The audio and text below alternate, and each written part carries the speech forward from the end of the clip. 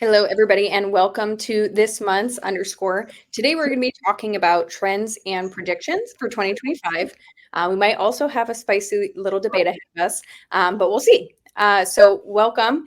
I'm going to introduce you to today's guests in a moment, but before I do that, just some light housekeeping on how to navigate this platform that we're on. So first of all, this webinar is being recorded. So if you need to hop off halfway, you want to come back and reference it later, you want to share it with people, you will automatically receive a copy of this recording once the webinar has wrapped. There's also a Q&A box underneath your video. So underneath the video that you see now, if you scroll a bit, you'll see a Q&A box. We would love to hear from you. We might have some time for questions at the end, but you can also use that to tell us, hi, hello, where are you calling in from today? We'd love to hear who is on the call and where you're calling in from. So you can use the Q&A box for that. And you can also leave feedback for us underneath the video as well. So you can rate it.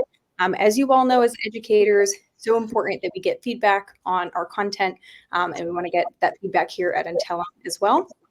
Briefly, my name is Shannon Howard. I'm the Director of Customer and Content Marketing at Intellum. I get the pleasure of hosting this series every month. I'm going to make a quick plug here. We're actually conducting some research right now on education-led growth. So how is education strategically being used to drive business outcomes at your company? So if you have a moment after the webinar to fill that out, you'll be entered for a chance to win access to one of Dirkson's online courses. So as a thank you for participating, we'll make sure that you get a copy of the research, but we'll also enter you to win that workshop as well. All right, and without further ado, I want to introduce you to our panelists today. So it's with great pleasure that I introduce you to Lindsay.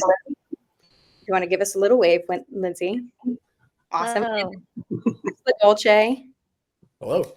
So Chris and Lindsay are the co-founders of SaaS Academy Advisors. And so they're working with clients to help them create their customer education strategies and really implement this idea of transformational education. How do we help people not just achieve their business outcomes, but how do we actually transform how people think, work, through education, right? So not just how do we use our product, but how do we actually change how people think and work around a subject? So they're actually both founding members of HubSpot Academy. So when we think about transformational education and action, an incredible example. We also have John Lay on the call. John is the CEO and analyst at Talented Learning. So he has been in this industry for a long time. And so I'm really excited to hear from people on trends and predictions for 2025. I'm going to let them introduce themselves real quick, and then we will kind of get into the panel. Thanks so much, Shannon. I'll kick it off since I'm the first one if we start on the left. So happy to be here, excited to get into what might be a spicy conversation. We'll see. Hard to believe that we're wrapping up this year and moving into 2025. But as Shannon mentioned, I joined HubSpot Academy back in 2013. What brought me to the customer education space was I used to be a customer of HubSpot's. And at the time, HubSpot was fantastic with creating ebooks and blog posts. And as a customer, I kept asking, what are you going to do for the customer? I have a lot to learn. I know that there's more capabilities that this software has. I need more education. And that brought me to HubSpot Academy and the founding team.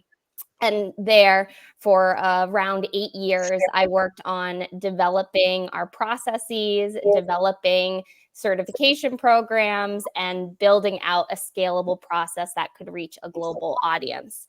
And at the time, Chris and I were so passionate about this concept of transformational education, as Shannon mentioned, and we wanted to reach more SaaS businesses and teach them how customer education can be so much bigger than we may have known it. So we now work with different SaaS businesses of all sizes. Their academy programs are at different stages, but we're working to transform the way we develop education. Great. Thank you, Lindsay. Chris here. I'll skip the HubSpot part because Lindsay did a good job of kind of explaining that.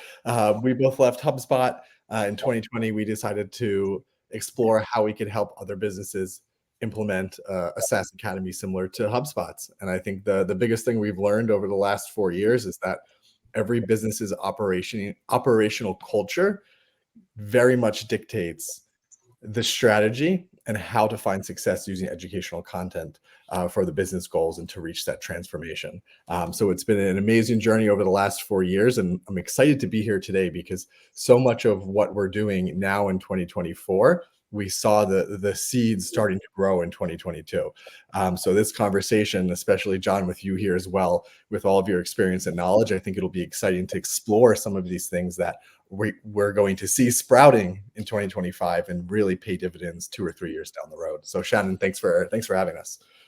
All right, Shannon, Chris, Lindsay, thanks for having me here today. This is super exciting for me because 28 years ago, I got a master's degree in instructional technology, and all we learned about was employee performance, and talent development. And I tripped into my first job, and there was none of that. We were creating CD-ROMs to send to high-tech and telecom clients for companies like Compaq and Hewlett Packard and Unisys.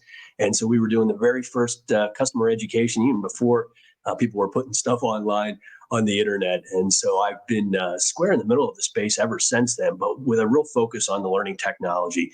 So I spent 14 years selling enterprise learning management systems for 2 different providers. And that whole time I focused on customer and partner education and those external use cases, almost like nobody else, even the companies that I was working for. And throughout all that time, I couldn't understand why there wasn't more coverage and more coverage of this customer education space. And so I thought, if nobody else, how about me? And so 11 years ago, I quit my job and I started Talented Learning. And what we do is we start blogging about the customer education space. We help organizations figure out what they need from a requirement standpoint and help them buy learning management systems. And we, as our day jobs, just review learning technology every single day so that we know what's out there in the world to help our clients. And so I'm excited to share what I've learned and make some predictions here, hopefully spicy ones. Yeah, so you can see why this is really an incredible group of people. So deep knowledge, but you're all working with a variety of organizations that have maybe different approaches, Chris, to your point on how they're approaching it, customer education. So our first prediction is probably not going to surprise anybody that in 2024, going into 2025, we're going to talk about our good friend AI. But we've got a little bit of a different take here, which is that AI is going to require companies to invest in education to drive customer outcomes. So Chris, if you want to maybe start us off here about this prediction. Obviously, AI is trending, it's on the rise, but why will it actually require businesses to invest more in education? Yeah, thank you. And I think the conversation that we had and discussed really came down to this idea of how business models are evolving, right? So if we just look at the time in SaaS, not on-prem, we see traditional SaaS with a licensing fee for X amount of users, right? And then we as we kind of moved along, we started to see seat-based pricing. We started to see kind of the pricing model shift a bit. And then came AI in the last 2 to 3 years. And all of a sudden it's like, wait a second, when somebody's using these AI features or tools, there's actually a real cost to someone engaging with these tools as we build them into legacy SaaS software. And so what we're finding is, and probably all of us have experienced this, there's now consumption-based pricing business models as well as outcome-based. So actually paying for the outcomes using the AI.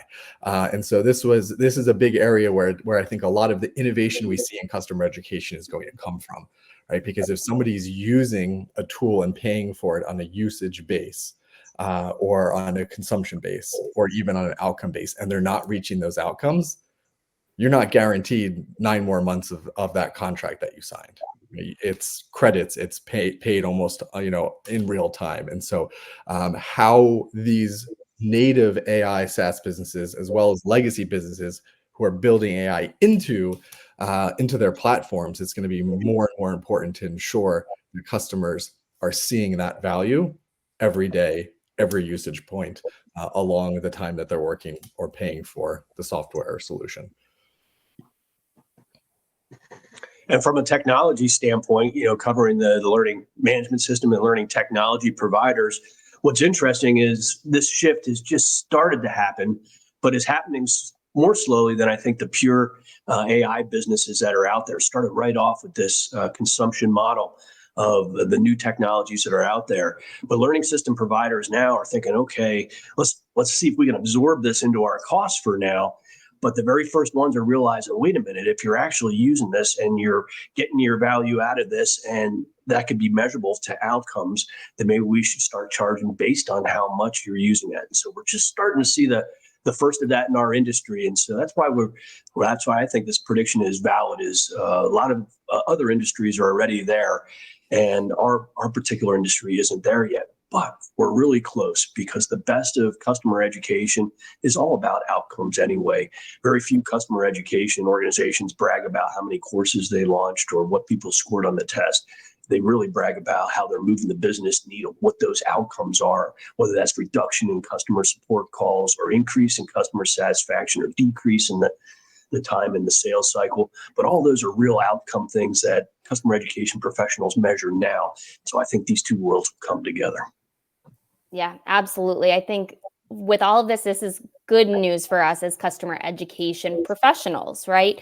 Whether your business has adopted usage-based pricing or not, or will in the future, what we now need to be doing is being that much more reactive and proactive to the challenges that our users are facing, and making sure we are equipped with providing them education before they run into those roadblocks. We should be enabling our users with our education to help with those customer outcomes and better usage of our software.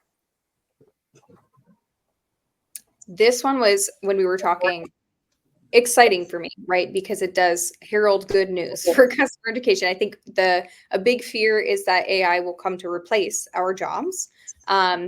But it will actually give maybe more meaning to education, because we have to help customers to drive those business outcomes.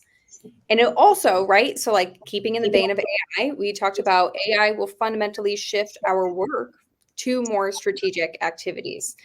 Lindsay, do you want to start us off on this one?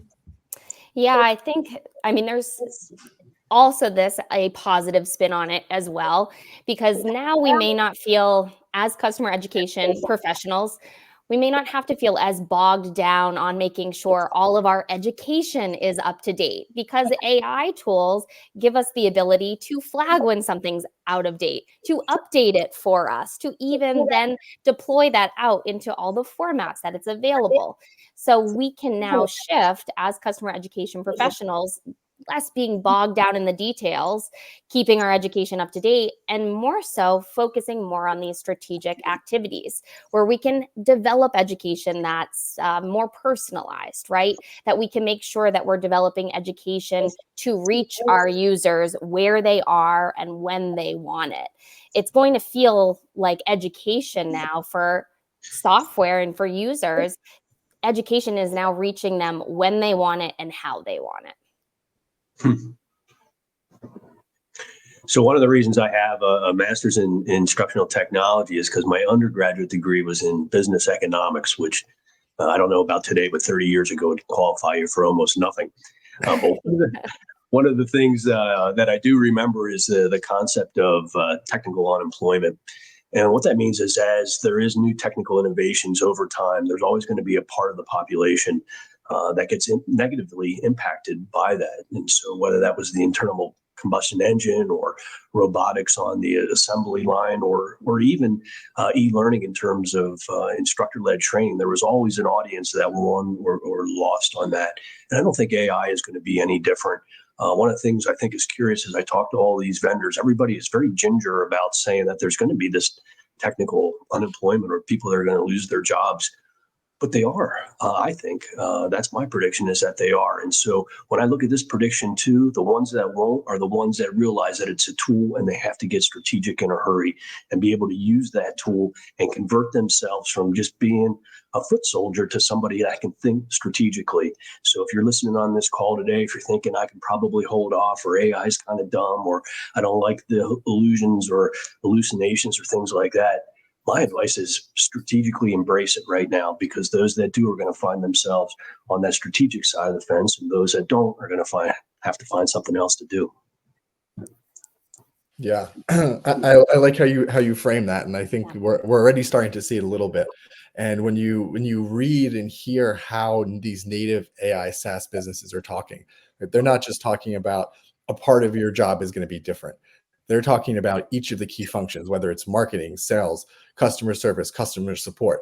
They're rewriting the book of what it means for a human to be part of these different functions, right? So it's not just it's not just a small shift. It's a way of rethinking the business and the organization, and how humans are going to play a role in growing a business, right, and supporting customers. So these big shifts, to your point, John, there are going to be winners and losers. This is where customer education can play a really big role, especially on the industry side. People are going to be looking to upskill in these things. If you're in the sales space for software, you might be thinking like, how many more courses could there be on selling, right? Mhm. How a sales rep approaches their job is going to completely change in the next 2 to 3 to 4 years if all of these businesses that have started really do rewrite what it looks like for humans to engage in a business setting. That means there's going to be a lot more opportunities for net new education to build, your domain expertise in these areas. So it's not just about helping customers use the software to achieve their business outcomes, but I think there's going to be a lot of opportunity for these folks who might be displaced to look to some of these businesses who have strong customer education and industry content to help them get to where they need to be to continue to add value in the business space. I like this because I think a lot of us get bogged down in the day to day, and we have so many things that we're working on that AI can be a helpful partner so that we can get some of the things done. And I think it's important, right? John, you were saying we've got to learn how to use AI. It's not replacing our job, right? At this point, you still have to tell AI what to do for you.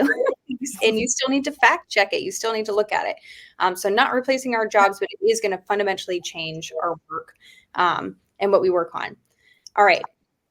Our next one. This has been a huge trend that I think we've seen and are going to continue to see. And we talked about this customer education and community going hand in hand. So, John, I'll have you start us off on this one. All right, cool. Well, one of the things probably everybody on the phone knows is that where customer education resides in the organization is different and it changes frequently. So whether you're up to marketing, you're in customer service, you're in L&D, you're in the product groups, or you're all at the same time, that's one of the natures of customer education. But the user groups and community groups have always been in marketing. That hasn't been an education function. And so one of the things that changed in 2024, and I didn't even notice this in 2023, but changed a lot in 2024, and I predict it's really going to change in the future, is that customer education organizations realize that community and education are two sides of the same coin. One is tops down, one is bottoms up. But you meet in the middle with the right content, enabling users and all the same goals in trying to shorten people's time to value, help them get through the task at the moment of the need, and really outsourcing and democratizing the help with those that know it best, the ones that are, using your software and products, 40 or 50 hours a week for 5 or 10 or 20 years, and really leveraging their expertise to drive that whole community. And so I think with the big prediction now is that the LMS providers are going to start creating community type software, and that all the things that make LMSs great in terms of knowing who users are and their profiles and what they've done or haven't done is going to now embrace all that data from the community centers too, on what they're engaging in, what they know, what they don't know, and all of that's going to allow AI. Here we go again to give that very adaptive, personalized experience with all that data that's now going to be at the fingertips. That's my prediction on it.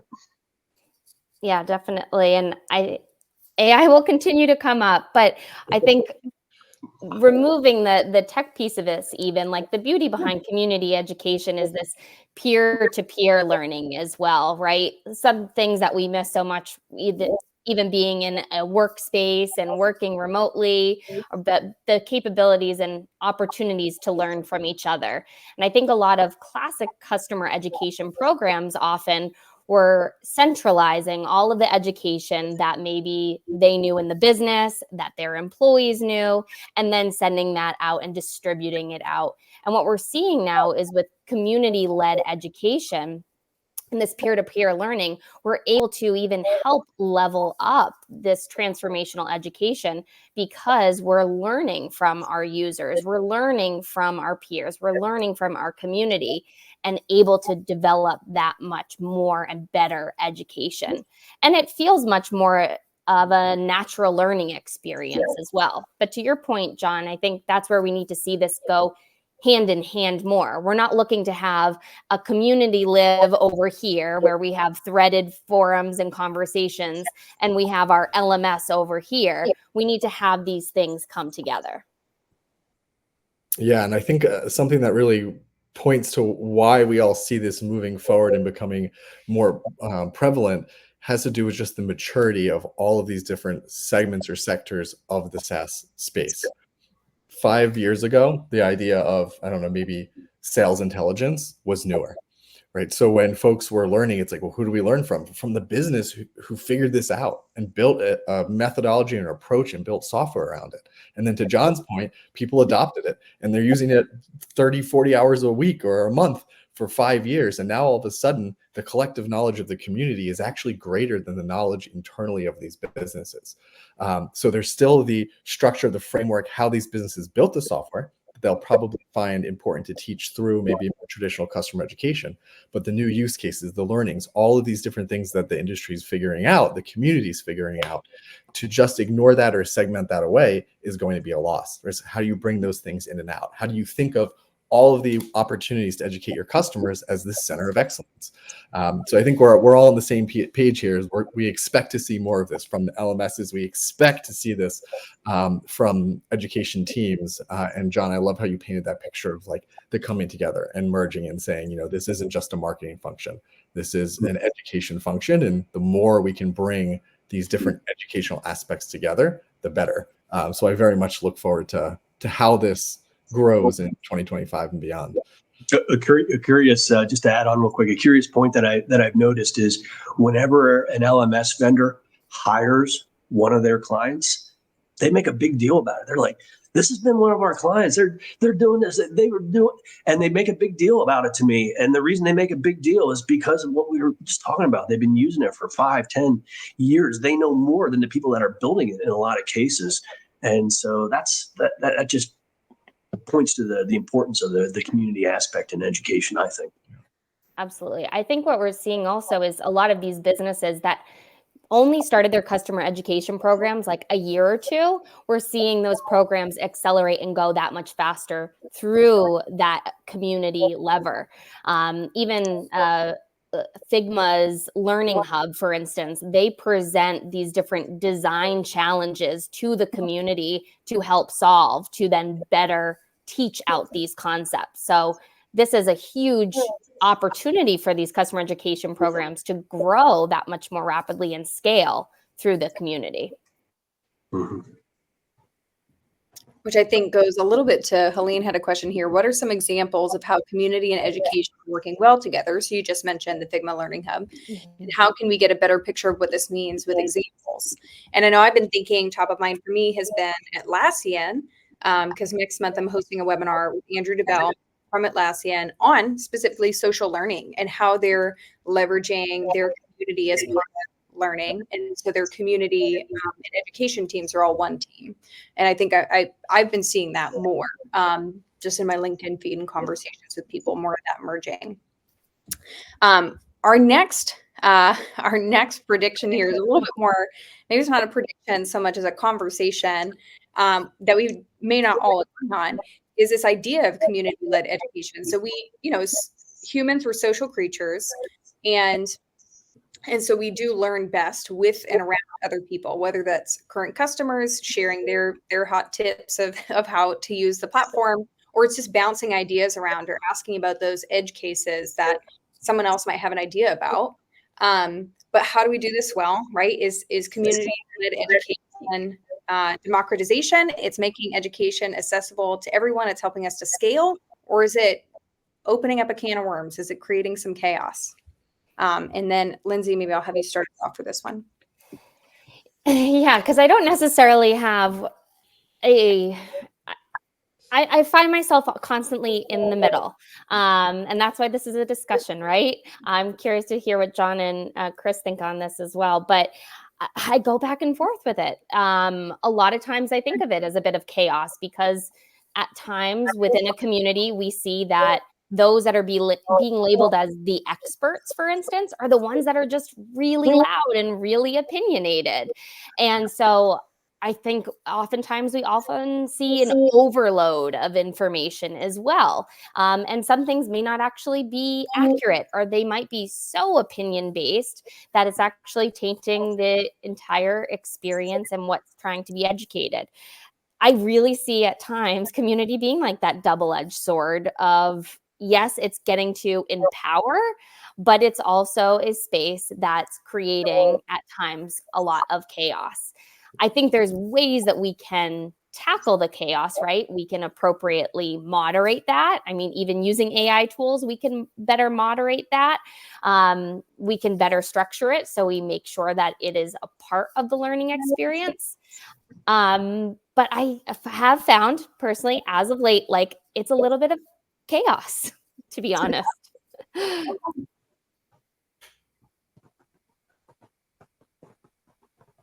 Chris? Sure. Yeah, I'll continue that on. I think there's definitely two sides of it. I think the first way I like to approach this, especially for those asking examples or questioning, is this right for their business, is to just look at the natural community that exists within your space or within your software, your ecosystem, right? Are there quote unquote rented communities, or are there groups on LinkedIn? Are there folks that are creating meetups on their own? Is this something that's happening naturally, or is this something that you are kind of organizing and leading the charge with? So I think there's always that existing community, whether or not you're managing it or have created it, that exists. And is that in a rented space or an owned space, right? Is that within a community software within your business, or is that maybe on a third party and you're not in control of it? And the second piece, I think, goes to kind of as Lindsay alluded to, like the incentives of the community members. Are these members who are incentivized to meet up because they're learning from each other and adding value and achieving their outcomes? Or are they incentivized by the business to be loud, to share things because they're going to get some type of monetary incentive? Right? That's going to change the dynamics of your community. That's going to change who's talking, how much they're talking, what they're sharing, and why they're sharing it in the first place. And so I think from a chaos versus democratization, I think it has the opportunity to democratize the learning, but it's making sure you put the right energy and effort into it, and you're really thinking strategically about how you're going to empower the users to learn from each other and then get those feedback loops, because there's going to be times where you start going down a rabbit hole and what's being shared might not actually align with the direction of the vision of the business or the product, right? So there's a lot of things to keep in mind and manage, but I'd say in general, having it in an owned space that you can moderate, that you can help guide the direction, you can set the incentives, is the approach I would be taking if my business has prioritized or identified investing in a community-led motion as a strategic bet for the business. Yeah, I think if I learned anything in the last 10 years or however long social media has been around, is that there's positives and negatives on that. Some days I just want to pull my hair out. I hate it so bad, but I really don't want to go without it either at the same time. And so I don't think user communities are a whole lot different than that. There's a lot of places they can go wrong. You can have, as described here, you can have the loudmouths or the self-important people, or the people that are given the wrong information. And, that's something that you're going to have to, I think that's something that's worth the pain that you have to manage. And you can use AI now to do a lot of that moderation and try to identify that earlier, perhaps. But when you look at the benefits of it, the ability to see trends, to see uses of your software that you haven't seen, to see gaps in what people are having problems with consistently, all that is visible, to identify who your advocates are and help encourage those advocates to be louder advocates, to actually, bring them on the podcast and groom them to help attract more customers. All those type of benefits, I don't think you can get without a community, or you can't get easily. So they're going to be negatives without a doubt, just like there is on every social media platform. But part of our responsibility, I think, as customer education professionals, is putting in a plan to manage that and trying to, grow through that over time. Probably easier said than done, but I think the benefits outweigh the chaos in my estimation. Yeah, absolutely. And I think one other thing I'll add too, because as we have seen with those getting started with customer education and finding that they need to better segment their education, personalize their education, the same can somewhat be said about community as well, and starting to develop micro communities. Let's better segment our communities so that they solve for specific roles, or they might solve for specific industries or challenges that your users might be facing. So keeping that in mind as well. When we're talking community, we're not talking about it being a free-for-all, and that sometimes is what creates the chaos. But by having some guidelines, some moderation, and by structuring and segmenting it appropriately, that then creates this beautiful cycle of learning and sharing and then innovating. And it just becomes that continuous loop of learning and feedback. Mm-hmm. I think people go to the community because they want the answer right then, and just that specific answer. Yeah, it's that real-time education, right? Can't get that with a formal piece of content. So this just oh no, go for it. This just sparked an idea. I've been reading a lot about like AI model collapse. So these LLMs taking all the content, all of the knowledge, and essentially are just kind of reusing that and regurgitating that, but not learning on new data.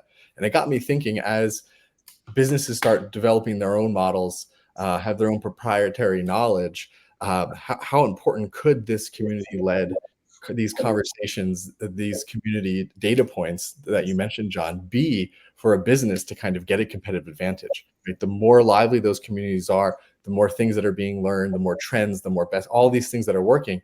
If their proprietary data models or LLMs are able to ingest that and train and learn off of it, how much faster are they going to be able to develop their software versus their competitors? So I know it's kind of like combining a few things, but it just made me think like maybe the actual data and conversations, not just for the peer-to-peer learning, but for the business, actually becomes more and more valuable, as we need these models to continue to ingest new information to learn and improve. Yeah. Wouldn't it be neat if that just came right into your app? Now we're talking. Yeah,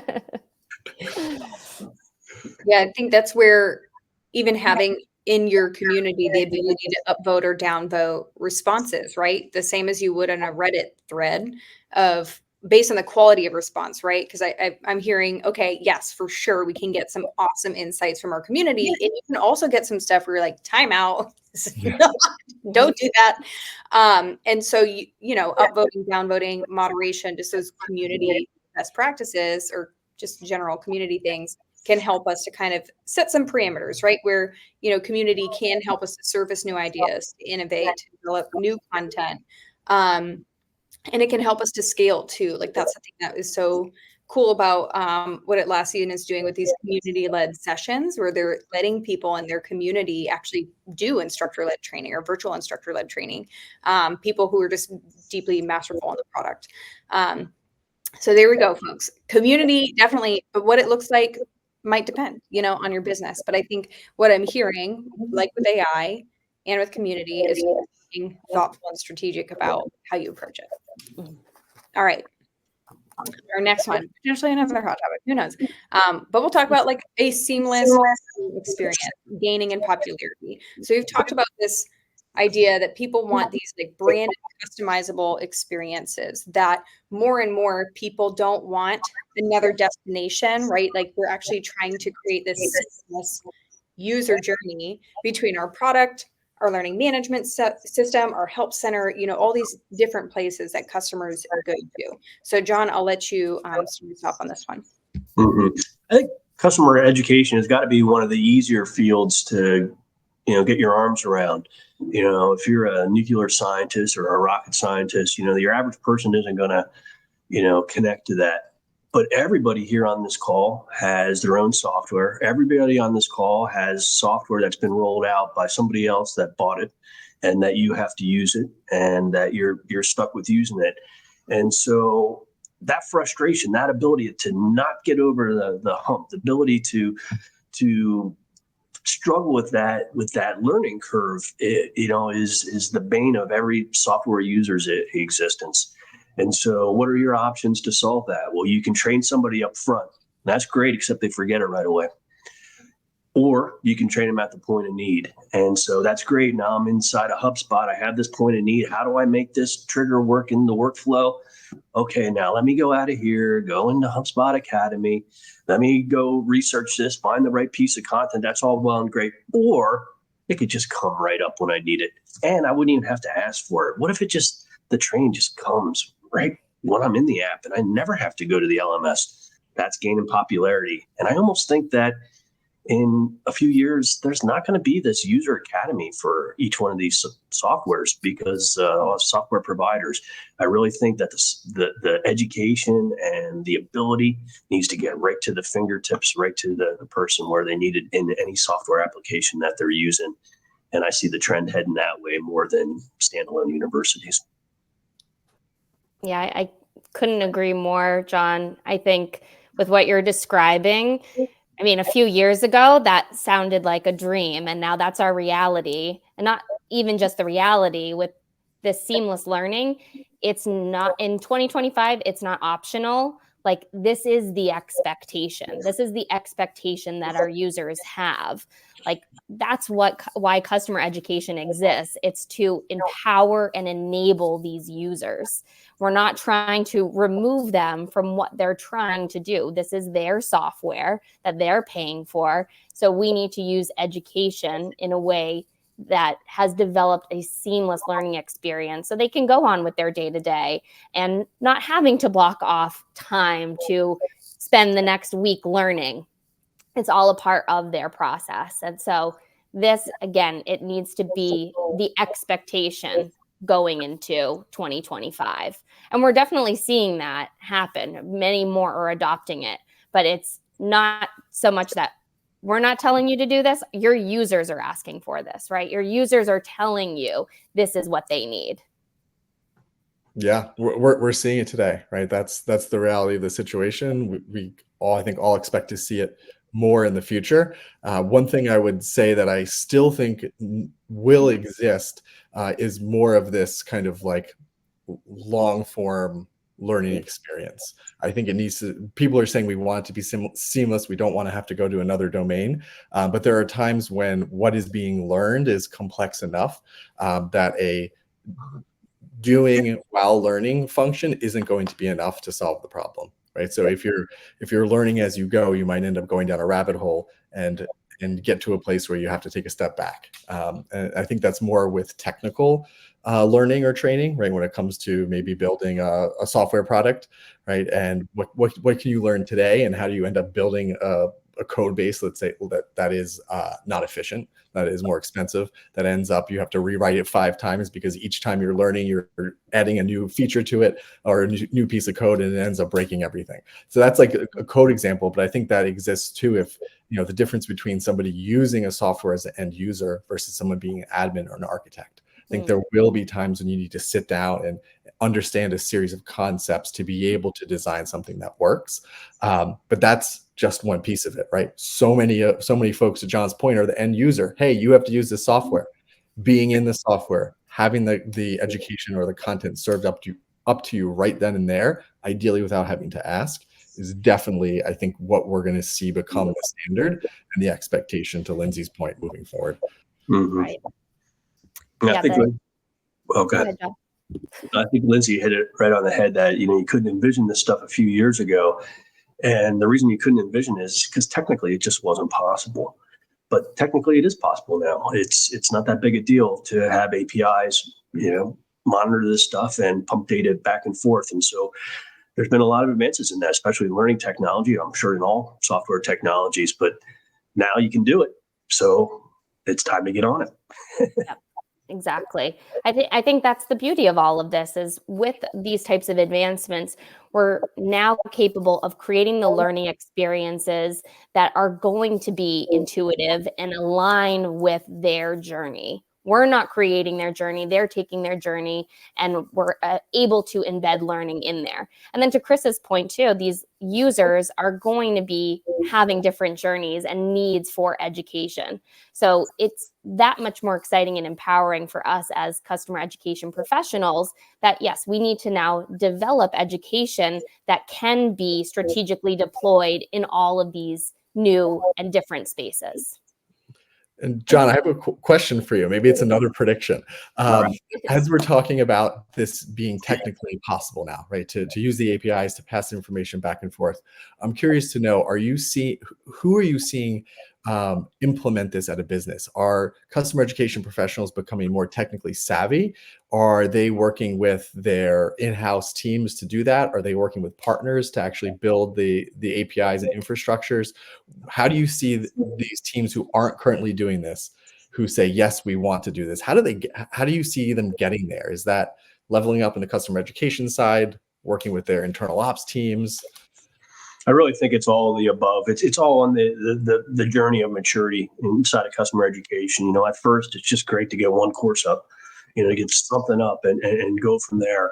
So it's really the most advanced. These are the organizations that have been focusing on the customer life cycle of trying to impact every side. And by doing that, what they've been able to do is they move up in the life cycle, in the development cycle. So if you're waiting for products and features to come out and then you're building training as a customer education professional, you're too late. You need to start moving up into that. And so you're all the way up in the roadmap. You're seeing it come down the pipe. And when you have that kind of visibility and that kind of elbow room in terms of time, that's when you have the time to be able to now think about the integrations and be able to, have the expertise to develop that expertise. But you need that time. You can't do that after the fact, after it's already out and customers are getting rolled out on it. And so that's what you're growing to. That's where the most mature customer education professionals are, and where I want to be someday. An analogy that kind of came to mind for me thinking about what was possible before and then now is, like, let's say you're getting food from a restaurant. You have this option for an in-restaurant dining experience. People still do that. You used to be able to just go maybe place it to go order and pick it up. And now I can order food from my phone. What? Like, that was not possible before, that someone else is going to deliver my food. I mean, maybe for pizza, but like I couldn't just order from any old restaurant in town and get it delivered to me. But I now have these options, right? So, and I think seamless learning experience, Chris, to your point of, there is going to be long form content that doesn't necessarily go away. But now as the learner, I have this option, like, do I want to dine in restaurant, right? Or do I want to, pick up a to-go order? Do I want to have someone deliver this to me, right? Do I want an AI agent that I can just ask, like, hey, I'm trying to learn blah, blah, blah. Can you help me? And then it's saying, absolutely, like, and it's pulling that information for you from a help article, from a video, it's pulling something from your learning management system, but it's really just giving the user more options of where they're getting their content from. Our next one is really related. And then I know someone was saying in the chat, a digital adoption or product adoption tool is great. And, one of the things that we had talked about growing in popularity, and this is actually true. So we commissioned some research from Forrester early in 2024. And what their research found is that in-app education is one of the fastest growing content types, right? So it didn't necessarily mean that other content types slowed down. Like, certification is actually still relevant, still important, but this one is gaining some steam, and we think that it's going to continue to gain some steam. Does anyone want to kind of tackle in-app first? I feel like I might have been tackling that on the last question. Mm-hmm. Basically bringing the learning to the learners where they need it, which is whether that is inside the app or whether that's inside a medical device or an x-ray machine or, a pilot's cockpit, whatever that is, it's getting that education to them at that point of need. And I think of what we all learn is in that formal education. Once you get out of that formal education, that's needed, as Chris said, and that's never going to go away. But then the forgetting curve sets in immediately, on that. And so 2 months, 3 months down the road, you could forget 80% of that easily of what you learned. So in-app education is another tool in the kit of customer education professionals to help stem that forgetting curve and to provide that reinforcement learning until it becomes natural. And then once you learn something naturally, you don't have to go learn it again. You don't have to go look at YouTube to change your next light bulb. It's just natural. And that's where you have to, that's where this in-app education comes in. I don't think you get away from the formal stuff in some cases, but you got to get them where they at the point of need. Yeah, absolutely. I think with the in-app education, it's that much more solving for that instant need, contextualized, but there's opportunity here to take what you would have in more formal, standard LMS experience and repurpose those pieces of education to be found in app. That's the piece that I won't get on my modular training soapbox right now. But when we're developing education, we want to develop it in a modular way so that we can now, allowing our education to live in different places, we can allow it to be repurposed and be able to find our users in the time that they need it. So that why video explaining the purpose of a product and why it's so important and how it's going to have an impact of your business, that could live in the LMS, while the product walkthrough can also live there along with it being in app. So there's always going to be that balance and making sure that you're creating education and not having to duplicate efforts. I think typically when we think in-app, or I think historically, we probably thought of in-app largely as those digital adoption tools where you have walkthroughs, whether it's like a WalkMe, Pendo, AppQues, WhatFix, User Pilot, Chameleon, one of those tools. But then I do think we're seeing increasingly that pulling in that learning management system content or serving it up in app, that ability to even just call on something from within the app, right? Whether it's a little question mark button. I mean, John, you were saying in the user's moment of need, and I was just saying to someone the other day, I have to relearn VLOOKUP every time I do VLOOKUP. It's just, I don't know that that's ever going to be like changing a light bulb. But wouldn't it be wonderful if Google Sheets would just remind me, like, hey, Shannon, you're trying to do VLOOKUP. Here's the article you looked at last time. Or just walk through the process. Yeah. So Bethany had a question, which I think we've addressed a little bit, but see if anybody has any additional thoughts on this. Do you think that with this idea of moving the education in app to serve it up to folks when they need it means that there will be a reduction in education that focuses more on the value and the why of using the software in favor of more how-to type content? So kind of the example that I was mentioning earlier, so I'm so glad that question was brought up. That value content, that why content and education, that is still as equally as important as it's always been. But when we're talking about in-app, we're trying to meet them in where their learning journey is. We're trying to answer their questions or remove that blocker that they might be facing, which may not be the appropriate time to present a value or type of why education. Or it might be, but that's where we're able to use data to help signal to us what is the education that they need in that time. So there will always be a need for, we've structured it as like why content, how content, and what content.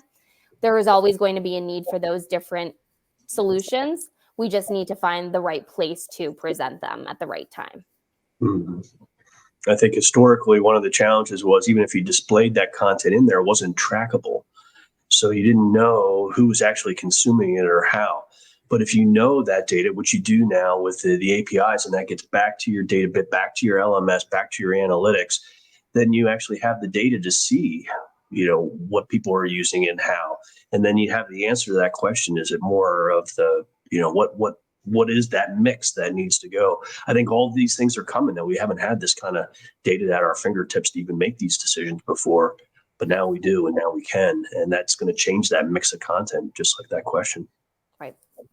That's what gets me so excited about this prediction. Mm-hmm. It's not solved, right? It's gaining steam. people are trying different ways, but what does that look like? Is it a co-pilot? Is it videos that are served up? Like there's so many different ways that this can kind of come to be inside of an application. And so for me, I think with this prediction, my excitement is to see teams that innovate, figure this out, serve things up different ways, like based off the complexity of what someone's trying to do. Do you have to reset the expectations of the value or how this fits into the system versus not? Like there's so many different inputs and so many cool things that I think we're going to see come out of this trend of creating this seamless experience and bringing education in the app. But I don't think there's like a standard, here's how you do it way yet. And I think that should be exciting for all of us in this space. Is like, these are opportunities for each and every single one of us, whether a team of 1, team of 50, like we have an opportunity to innovate in this space and figure out what we need and what our customers need based off of our business, our software, and its complexity. So this one's I'm really excited about this, and I'll be keeping an eye on this as we move into 2025. I think it's this in the whole space in general. It's not like you can get a university degree on customer education. Everybody's out figuring it out, innovating, doing it different ways, sharing, learning from each other. There's not a lot of professions like that are so nimble like ours. And so it provides challenges for sure, but it also provides great opportunities for creativity. This prediction and really all these predictions. Awesome. Well, this is the end of our predictions. We're coming up on the end of our time here. I just want to ask folks again to share your feedback. So underneath this video, you'll see a screen that looks like this. So first of all, you can rate this session. You can give us feedback. We read every comment. Let us know how we did, but also what else you want to hear about, right? Are there like subjects that we talked about here that you want to do on in 2025? Because your feedback informs our content roadmap. You'll also find some attachments on here. So you'll see that research survey, and then you'll also see a customer education strategy template. So if you're still working on your 2025 strategy and you need a nice way to present it, that's in there for you. But thank you, Lindsay and John and Chris, for joining us today. It's been great to learn from you all. I enjoyed prepping for this and then just hearing from you all live today. I think I echo your excitement for 2025 and kind of what's ahead for this industry. We're just getting started, right? And there's so much more to discover and learn together on the note of social learning.